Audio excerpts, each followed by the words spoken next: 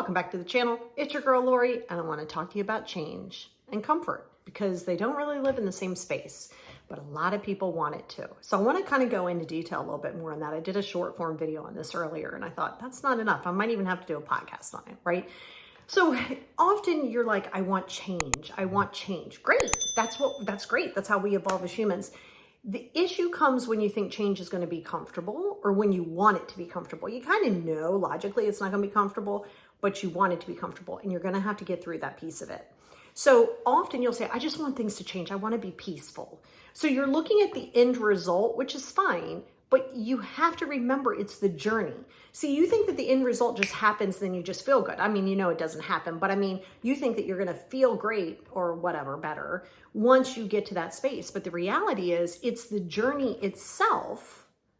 That's where the comfort is, believe it or not, right? That's where the change is. And there's comfort in it because when you realize that you can do difficult things, you can do things that are hard. And listen, it ain't always going to work out, and that's okay. I think you got to get out of your head that somehow or another you think failure's bad or mistakes are bad, and they are not. They are absolutely impertinent and so important to your sustainable success. I mean, that's just how that goes. So if you want things to change, you're thinking of that instant gratification. You're thinking, it's like saying, I want to change the way I eat. And then in your mind, you do all of these black and white thinking things. There's 50,000 different shades of gray. We're going to pick a few and we're going to live there, right? So the moment, and this is why sometimes, people go, I can do this on my own. You can't. You cannot start this off on your own. We all think we can till we realize we can't. Because when you're left to your own devices, you have this way of talking yourself out of doing the things that are uncomfortable for you. Okay? Yeah, that's not going to benefit you. Not even like that much. All right? So the more that you're resisting the change, though you want the change, but you don't want the effort of the change that's going to be hard, you just want the outcome. Welcome to the world of being a human being. For the most part, we all want our cake and to eat it too. We all want that. Like we all just want those things. We want it to just be good. We want things to just happen overnight. The reality is no, okay? Because the lesson and the growth and the sustainability is in that journey piece of it. So when you're on the journey, it's important that you embrace this journey. And what I mean by that is it's meant to feel like you're underwater at times. It's meant to feel anxiety producing. It is meant to feel that way so you know that the power is on the other side of that. Right? So that's why you say you want change, but you want change within your comfort zone. Be very clear, nothing, and I mean nothing, grows in the comfort zone. It's a beautiful place to look. It's a beautiful place to visit. And yes, you can like finesse it and kind of start perfecting it as much as perfection is a thing, because it isn't. But, really starting to master whatever it is in that comfort zone. But you're not going to live there and expect that it to grow. Because a lot of times that comfort zone that you think that you're in isn't really a comfort zone either. You just know how to function in it, right? Because think, even in the most chaotic of times, even in the most chaotic spaces, now let's say you grew up just in a super chaotic household. Yeah, you could hate it. You could say, oh my God, I hate this way of life. Facts. But the reality is you know how to respond in it. I'm not saying that you don't have trauma responses for it, but you know how to respond in it because that becomes a normal part of way of life. So sometimes when you come from chaos and drama and toxicity, when that happens and then you find that there's this level of peace, sometimes you go, okay, that's weird. Like, I feel like there should be like trauma or there should be some kind of a stress factor that comes into this. Yeah, no. It's literally okay for you to just be okay. It's okay not to be okay. It's okay to be okay. But you don't live thinking that you can't live in that being okay and feeling at peace or whatever you want to name that, and then think that I got to prepare for when it's not. That's not living. That's a trauma response. That's a survival technique. You'll be fine. That also goes with you thinking that you have control, which goes into ego. So now you take the discomfort of the comfort zone or the comfort of the comfort zone, and you take that and then you go, okay, I know I have to be prepared. But you can't prevent things. Like you can't prevent other people's actions. You can't prevent things that go on in the world. You can, however, adjust and focus on your response systems. Yes, that you can do. That you can do. But you want to be very, very careful on putting these expectations of feeling ready. Okay, that's not a thing.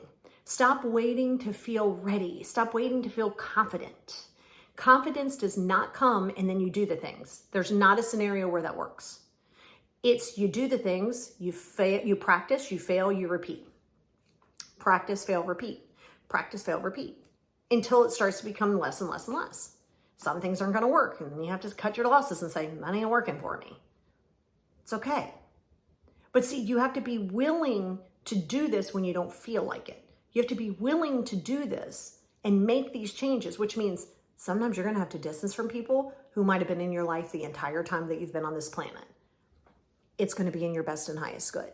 So if you're resistant in doing that, we know that there's codependency there, which is a trauma response, and that you're not willing to do the work yet. So you have to be very honest with yourself that you may want the change, you may want to like grow and do all those things. Beautiful, I'm here for it.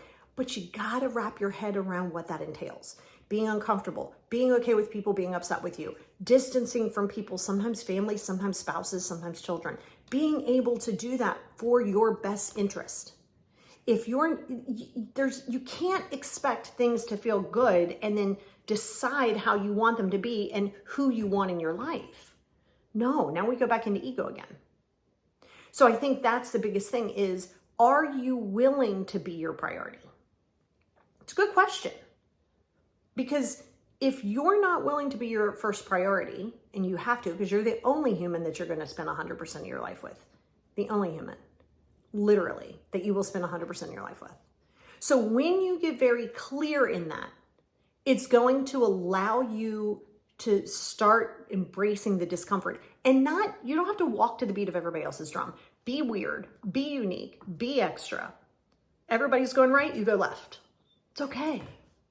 It's okay.